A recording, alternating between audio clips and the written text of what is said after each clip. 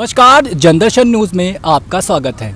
किसान आंदोलन को 4 महीने हो चुके हैं। आज होलिका दहन का दिन है और किसान यहां पर अपनी मांगों को लेकर लगातार गाजीपुर बॉर्डर पर संघर्ष कर रहा है। हमारे साथ मौजूद हैं शमशाद हुसैन साहब, जो कि प्रदेश उपाध्यक्ष हैं अखिल भारतीय किसान मजदूर सभा उत्तर प्रदेश। इनकी जो राष्ट्रीय अध्यक्ष हैं वो संयुक्त किसान मोर्चा उसके सदस्य भी हैं और लगातार किसानों की आवाज़ उठाने के लिए यहाँ पर मौजूद है।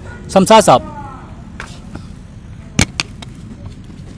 4 महीने हो गए आंदोलन करते हुए, लेकिन अभी तक सरकार की तरफ से ना कोई आपकी बातों को सरकार ने अभी माना है और ना सरकार ऐसा कोई रवैया दिखा रही है कि जो मानने को लग रहा हो। तो ये आंदोलन कैसे आगे बढ़ेगा?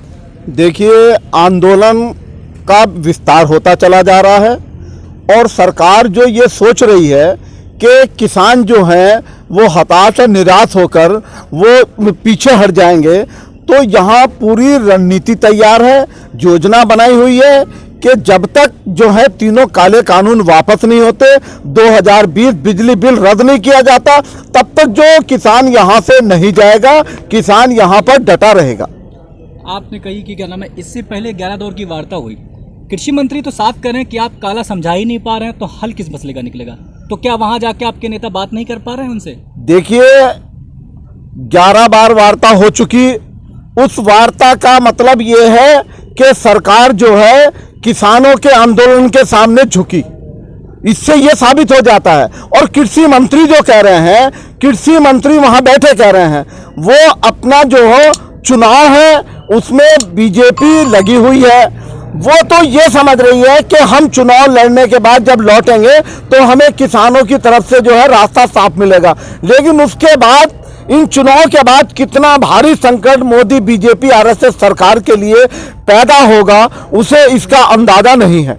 तो क्या लगता है कि ये आंदोलन जो है, आपके कहने का मतलब ये आंदोलन जो है वो हार जीत पे असर करेगा? वहां बंगाल में जीतेंगे तभी असर करेगा, नहीं तो नहीं असर करेगा? नहीं, हार जीत से तो कोई फर्क नहीं पड़ने वाला। अगर वहां पर ये चुनाव जीतती भी है बीजेपी सरकार, तो इस आंदोलन पे कोई फर्क नहीं पड़ेगा, क्योंकि वो चुनावी प्रक्रिया अलग है और ये आंदोलन जो है ये पूरे देश के लिए लड़ा जा रहा है, देश को बचाने के लिए लड़ा जा रहा है। और अगर आप इसे माने कि ये देश की दूसरी आज़ादी का आंदोलन है जिसे किसान लड़ रहे हैं, और इसमें मजदूर भी तेजी से जुड़ता चला जा रहा है। देश में 80% किसान एग्रीकल्चर क्षेत्र है। अगर बंगाल 5 राज्यों में बीजेपी या बंगाल में ही जीत जाती है, तो क्या अपनी बातों को आप किसानों तक समझा ही नहीं पाए? इसका मतलब यही कहा जाएगा? नहीं, हम किसानों को बातें समझा रहे हैं। देखिए, वो पॉलिटिकल वाली बात जो है, राजनीतिक बात, वो अलग है।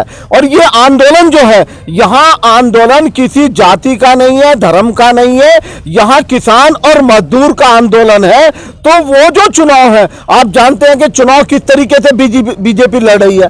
चुनाव तो जाति और धर्म के नाम पर बीजेपी लड़ रही है। अब हमारे प्रधानमंत्री जी ऐसे अब बांग्लादेश में गए हैं और बांग्लादेश के लिए वो लड़े हैं और वो जेल गए हैं 21 साल की उम्र में। तो हमारी समझ में तो यही नहीं आ रहा कि हमारे प्रधानमंत्री जो कभी तो कहते हैं कि मैं चाय बेचता हूं, मैं फकीर हूं, मैं गरीब था, तो उन्होंने चाय किस उम्र में बेची? और कब उन्होंने ये आंदोलन जो है बांग्लादेश के लिए लड़ाई लड़ी? बहुत झूठ बोल रहे हैं। और वो जहां की जाते हैं वहीं के हमारे प्रधानमंत्री हो जाते हैं। जो अपने गुजरात में उन्होंने क्या किया है, गुजरात का मालूम है, 3000 करोड़ की मूर्ति वहां लगाई है, वो मूर्ति डूबने के लिए तैयार है।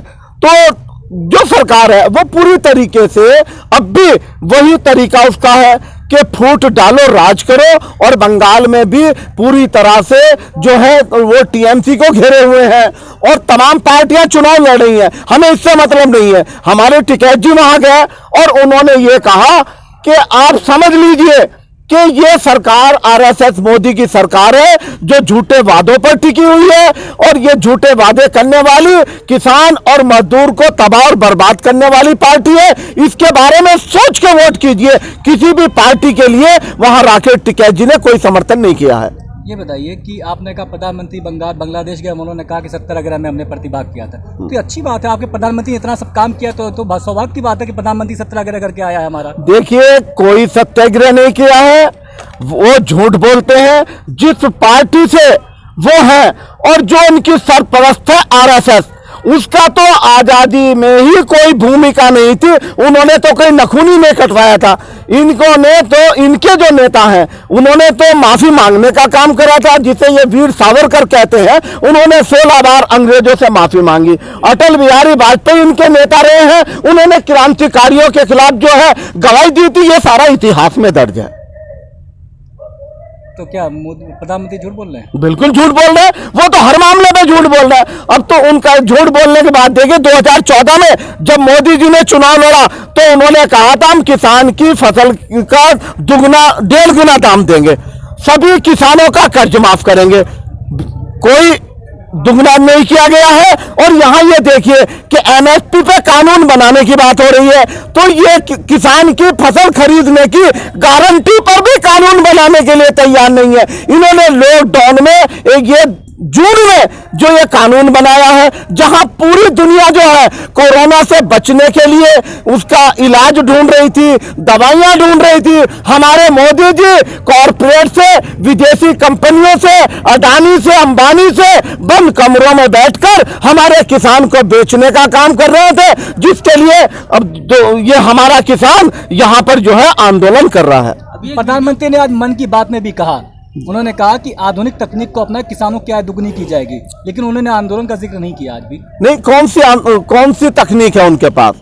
क्या इस किसान को बर्बाद करके इसकी जमीनें जो हैं वो कॉरपोरेट को बिकवाने के बाद और इसे सड़क पर लाकर इसे मजदूर बनाने पर क्या वो आधुनिक खेती करेंगे? अरे जब ये ठेका में चली जाएगी और जब मंडियां जो हैं वो सब कॉरपोरेट की होंगी तो हमारे देश का गरीब का मजदूर का क्या होगा? गरीब और मजदूर 72 करोड़ मजदूर गरीब है और जिसे सरकार जो है 2 रुपए किलो गेहूं, 3 रुपए किलो चावल देती है, अब वो भी खत्म कर देना चाहती है। अभी 3 दिन पहले इन्होंने आवश्यक वस्तु अधिनियम जो है उसे लागू कर दिया है। अब पूरी जमाखोरी की इन्होंने छूट दे दी है अडानी अंबानी अपने यारों को। तो जब सरकार गेहूं चावल नहीं खरीदेगी तो और ये बड़ी बड़ी कंपनियां खरीदेंगी और ये अपने गोदाम में उसे जमा कर लेंगी, तो ये बताइए कि इस देश के मजदूर का और गरीब का क्या होगा?